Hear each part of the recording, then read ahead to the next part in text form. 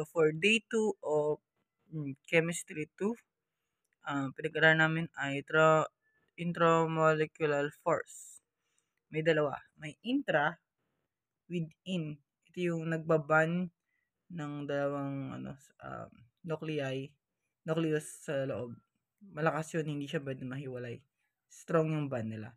Meron naman intermolecular, between. Ito naman yung mahina siya na nagdidikit ng dalawang bond.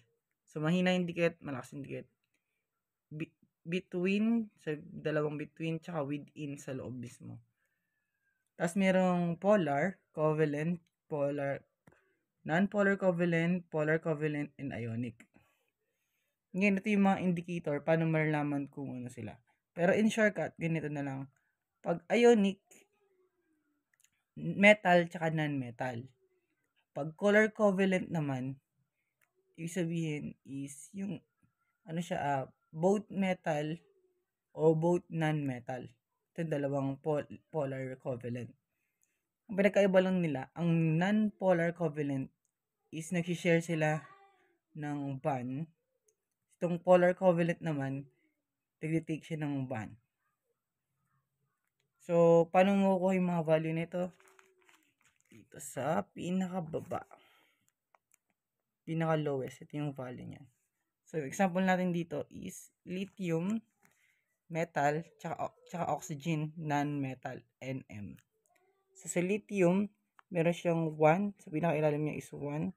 Tapos yung oxygen naman, meron siyang 3.5. So, as you can see here, 1 lithium 3.5 equal to 4.5 ionic siya.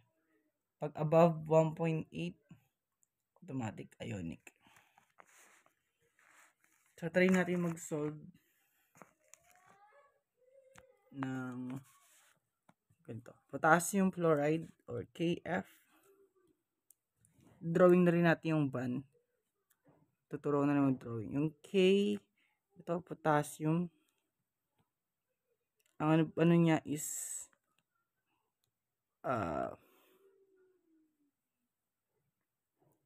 is 1. 1 lang yung K. So, the drawing natin is K. Tapos, yung F. F naman is ito. Fluoride. 7 naman kasi may 7 sa taas. Group 7 siya. Pababa. Lahat yan 7.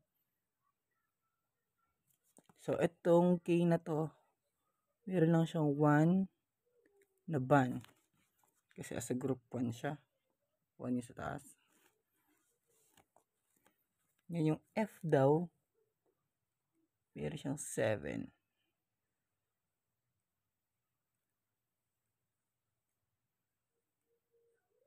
So, 1, 2, 3, 4, 5, 6, 7. Ngayon, i-share. Kailangan kada element, nakakabuo siya ng 8. Kailangan ko bumuo ng 8.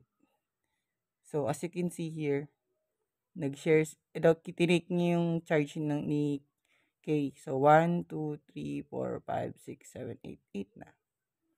Anong tawag dito? Pag nag-take ka ng is polar. Polar covalent. Wait. Mali pala. K calcium. Si potassium is metal. Tapos naman si fluoride naman non-metal. Para malaman pala yung metal ito. Itong buong yellow na itong hagdanan, metal. Ito naman semi-metal itong sa katabi niya. Kasi itong kulay blue na to, metal yan. Pero lang sa taas.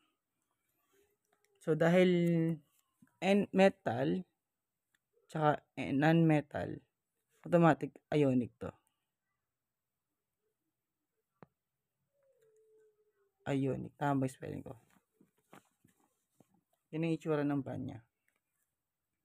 Sa oxygen naman is O2. So, oxygen. Ilan yung bond ng oxygen natin? 6.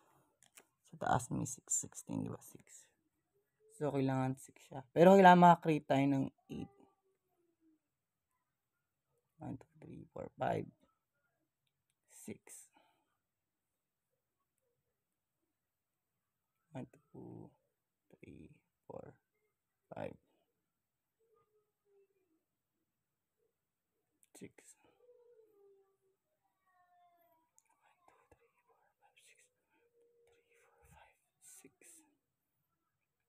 Pag dinikit natin siya, ano yun? So, magiging siyang 1, 2, 3, 4, 5, 6, 7, 8. Ito may 8 na. Ito naman, 1, 2, 3, 4, 5, 6, 7, 8. Ano sila? Pareho, equal sila. Pag equal, nag-share sila ng ng bond, hindi sila nag-agawan, non-polar to. Polar covalent.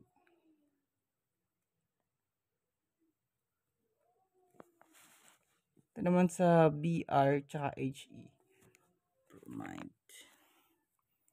Sa Br, bromine, ang ano niya is 7. Tapos yung He is helium 2. Ito siya. So, yung Br daw merong 7. Drawing natin. 1, 2, 3, 4, 5,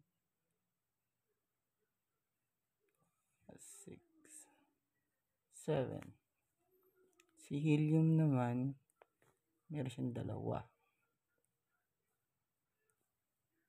Ban natin to. So, magiging siyang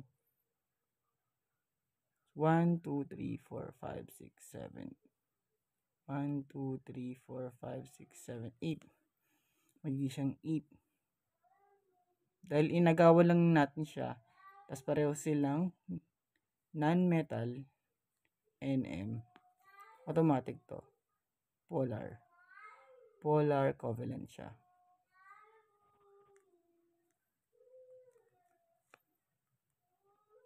Pareho silang, di ba? Itong oxygen, pareho silang NM, non-metal. Actually, kahit pareho silang metal, basta pareho lang sila, automatic na yun, covalent na yun. Ang alamin mo lang, kung non-polar or polar siya. Pag non-polar, sabihin, kailangan pareho silang 8. O lahat sila 8. Lahat ng element. Dito, iisa lang yung 8. Or may iisang hindi nakabuo ng 8. Automatic polar covalent ang tawag doon. Ito man, makabuo man siya ng 8 or what.